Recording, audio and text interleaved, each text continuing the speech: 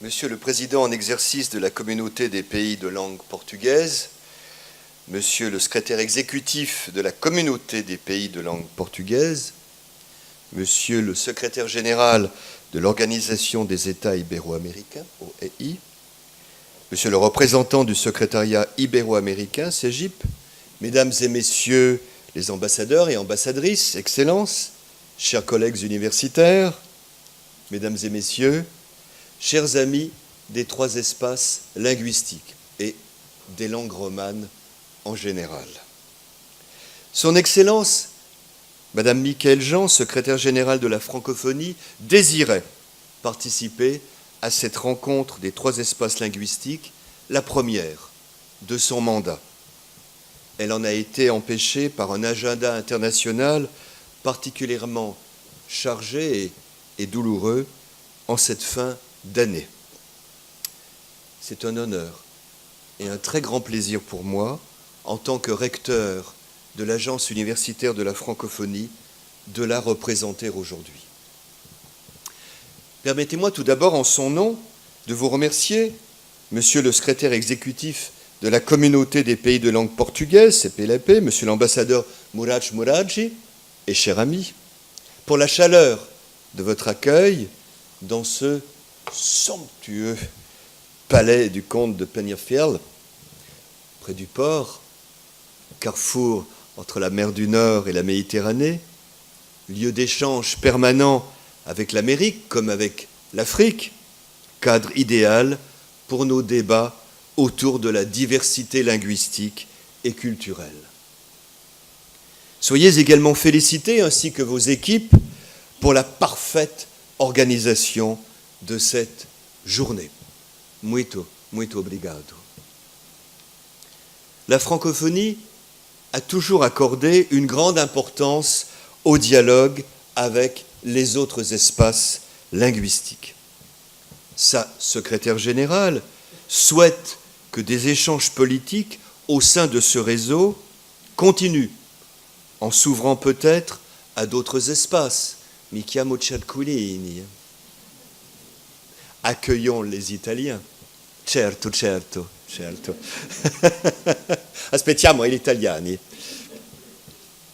En s'ouvrant peut-être donc à d'autres espaces, c'est fait. Comme nous, trois espaces comme nous, ouverts à une mondialisation plus attentive aux différences qui nous enrichissent. Car si l'identité de la francophonie reste définie par sa relation à la langue française, socle et ciment de son action, elle n'en est pas moins ouverte aux autres langues. Tous les francophones sont plurilingues, sauf, dit-on, les Français et les Monégasques. Mais je sais d'expérience que les Français parlent beaucoup d'autres langues. Et on entend un peu encore de monégasque à Monaco. Elle est donc ouverte à toutes les langues, la francophonie est plurilingue. Que ces langues soient de communication internationale, comme celles qui nous réunissent ici, et on nous a rappelé les chiffres de la progression extraordinaire du portugais et de l'espagnol dans le monde, ou nationales, voire locales, celles que nous appelons en francophonie les langues partenaires, les très nombreuses langues africaines, les créoles, et le créole est la langue la plus parlée en France après le français, l'arabe, troisième langue après le français et le créole, les langues européennes, les langues asiatiques qui cohabitent aux quatre coins de l'espace francophone avec le français. Le français est une langue de dialogue. Présente sur les 5 continents, la francophonie a toujours reflété dans ses actions la diversité des situations du français et ses rapports multiples et féconds avec les autres langues. Adoptée au sommet de Kinshasa en 2012 par les chefs d'État et de gouvernement, la politique intégrée de promotion de la langue française qui guide l'action de l'Organisation internationale de la francophonie et des opérateurs, ça a été un projet commun, rappelle que le multilinguisme est un véritable défi commun aux francophones et aux autres grands espaces linguistiques. En prenant pour thème du colloque aujourd'hui langue au pluriel, car le français à l'oral n'indique pas le pluriel, c'est une de ses faiblesses. Langues, identité et inclusion sociale à l'heure de la mondialisation, la communauté des pays de langue portugaise a souhaité que d'éminents experts nous inspirent des réponses communes pour relever ce défi. Nous nous en réjouissons. Une table ronde traitera de l'importance du multilinguisme dans le dialogue interculturel qui est au centre des organisations internationales. Vous savez que cette question nous tient particulièrement à cœur. Dans ces enceintes où sont traités des sujets cruciaux pour l'avenir politique et économique de nos sociétés, voire de notre planète, comme en témoigne l'actualité des négociations sur le développement durable et sur le climat. Le multilinguisme constitue un outil de démocratisation des relations internationales. Si un domaine doit mobiliser notre attention et appeler toute notre vigilance, c'est celui de la progression d'un monolinguisme au sein des organisations internationales et multilatérales. Ce monolinguisme de fait est incompatible avec la démocratie qui doit régir le système multilatéral. Nos organisations, fondées sur le partage d'une ou de plusieurs langues, se doivent de le rappeler aux États et gouvernements qui en sont membres. C'est d'ailleurs ce que nous avons fait à l'occasion de la Journée européenne des langues au mois de septembre dernier, en publiant une déclaration conjointe sur l'ardent devoir de continuer à promouvoir le plurilinguisme dans l'espace européen. Nous vous proposerons également un message commun à l'occasion de la Journée internationale de la langue maternelle, le 21 février.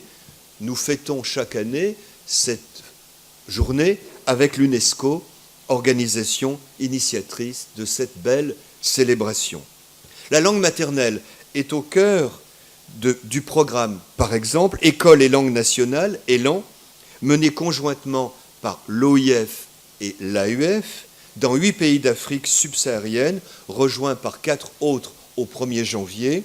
Nous avons mis en place cette initiative grâce à laquelle les premiers apprentissages, la lecture, l'écriture, le calcul, sont dispensés dans la langue maternelle de l'enfant pour passer ensuite de manière progressive et maîtrisée à la langue française qui devient le médium principal d'enseignement dans les dernières années du primaire, dans le secondaire, dans le supérieur. À propos de supérieur, en tant qu'opérateur de la francophonie pour l'enseignement supérieur et pour la recherche, l'Agence universitaire de la francophonie est résolument favorable au multilinguisme dans la formation et dans la communication scientifique. À notre invitation, des experts d'une vingtaine de pays ont participé tout récemment, les 12 ou 13 novembre dernier, à un colloque sur l'université en contexte plurilingue. Leurs recommandations vont nous inspirer de nouveaux projets internationaux. Le libre accès aux publications scientifiques et la création d'une banque de savoir ouverte aux étudiants et aux professeurs. Un système d'indexation des publications scientifiques qui ne soit pas seulement monolingue. Il existe en portugais et en espagnol. Il doit exister également en français sur le même modèle et conjointement. Le soutien des initiatives numériques innovantes de formation en didactique des langues et des cultures. Autant d'idées qui seront reprises par l'AUF dans les prochaines années. L'appel lancé en conclusion de ce colloque nous invite à agir auprès des pouvoirs publics pour que le plurilinguisme soit efficace dans l'enseignement supérieur et la recherche. La science a toujours été plurilingue. Elle doit le rester, elle va le rester. L'éducation, vous l'avez compris, est pour nous, acteurs de la francophonie, la priorité absolue parmi ce que Madame la secrétaire générale aime à appeler les armes de construction massive. C'est pour cette raison que nous avons lancé le 5 octobre dernier à Dakar, au Sénégal, l'Institut de la francophonie pour l'éducation et la formation. Une bonne partie des programmes de coopération francophone dans le domaine y sera gérée au plus près du terrain. Nous devons en effet aider l'Afrique à relever le défi de la qualité de l'éducation à l'horizon 2030, comme la communauté internationale s'est engagée à le faire à Incheon, en Corée dernier, au Forum mondial de l'éducation. La diversité linguistique doit être promue dans le domaine de l'éducation et plus généralement dans celui de la production et de la diffusion des savoirs. La présence de solides contenus multilingues sur Internet, et l'Internet, vous avez raison, est crucial, cher ami, est une condition sine qua non de la vitalité de nos langues. Nos langues respectives ont d'ailleurs un rôle essentiel à jouer dans la création et la diffusion des connaissances à travers les outils numériques et notamment ceux les plus novateurs, je pense aux cours en ligne massifs et ouverts. CLOM, disons-nous en francophonie, MOOCs en anglais, Massive Open Online Courses. Dans ce domaine, par exemple, l'OIF vient de mettre en ligne un CLOM pour enseigner l'intercompréhension des langues romanes, qui a rencontré un grand succès. Les 10 000 places sont occupées. Au terme de la formation, les enseignants inscrits seront à même de sensibiliser leurs élèves à cette approche, qui a d'ailleurs prévalu dans nos espaces. Nous le prouvons ce matin, chacun parle dans sa langue et tout le monde se comprend. L'AUF a lancé aussi de nombreux CLOM et a aidé des collègues africains à se saisir de cet outil. Comme notre engagement en faveur de la qualité de l'éducation, notre approche de la diversité culturelle entend guider la démarche des 3 espaces linguistiques. C'est un thème qui nous rejoint. Notre combat commun en faveur de la diversité culturelle s'inscrit dans une revendication plus large, celle du droit au respect et à la libre expression des peuples dans leurs différences. La francophonie, vous le savez, est le creuset, le cœur de cette diversité culturelle. Elle a joué un grand rôle dans l'adoption, il y a 10 ans, de la Convention sur la protection et la promotion de la diversité des expressions culturelles prise par l'UNESCO en 2005. À cette occasion, la francophonie organise à Bamako, au Mali, à partir de lundi prochain, un grand forum francophone sur la diversité des expressions culturelles à l'ère du numérique. Ce forum sera accompagné d'une conférence internationale qui réunira plusieurs ministres de la culture de nos États et gouvernements afin de dresser un premier bilan de ces 10 années de mise en œuvre de la Convention qui nous est si chère. Politique publique et promotion de la diversité des expressions culturelles, tel est le titre de cette conférence qui sera très pratique, qui fera un bilan. Il s'agira d'identifier les contraintes qui entravent la bonne mise en œuvre de cette convention. Nous définirons les mobilités de partage d'expériences pour faire de la culture un véritable levier de l'économie ainsi qu'un vecteur de développement durable.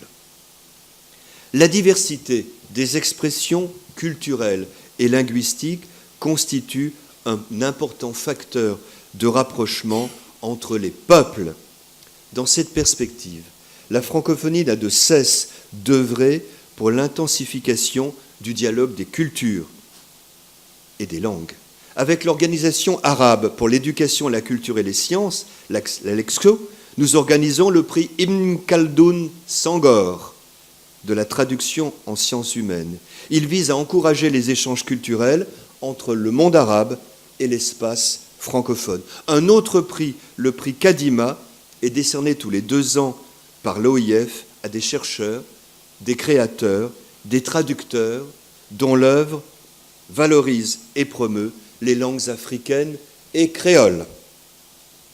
Mesdames et messieurs, depuis la première rencontre des 3 espaces linguistiques, il y a 12 ans, vous y faisiez allusion tout à l'heure, cher ami, de nombreux changements ont affecté le monde. Les pôles linguistiques et culturels ont évolué, mais notre combat commun pour la diversité est plus que jamais d'actualité. Nous nous devons de continuer à nous mobiliser pleinement. Il nous faut résolument conduire ensemble une action forte et déterminée, car ce qui est en jeu, c'est le droit des peuples à l'expression de leurs différences, et donc, mesdames et messieurs, de leur culture, de leurs espoirs, de leur liberté.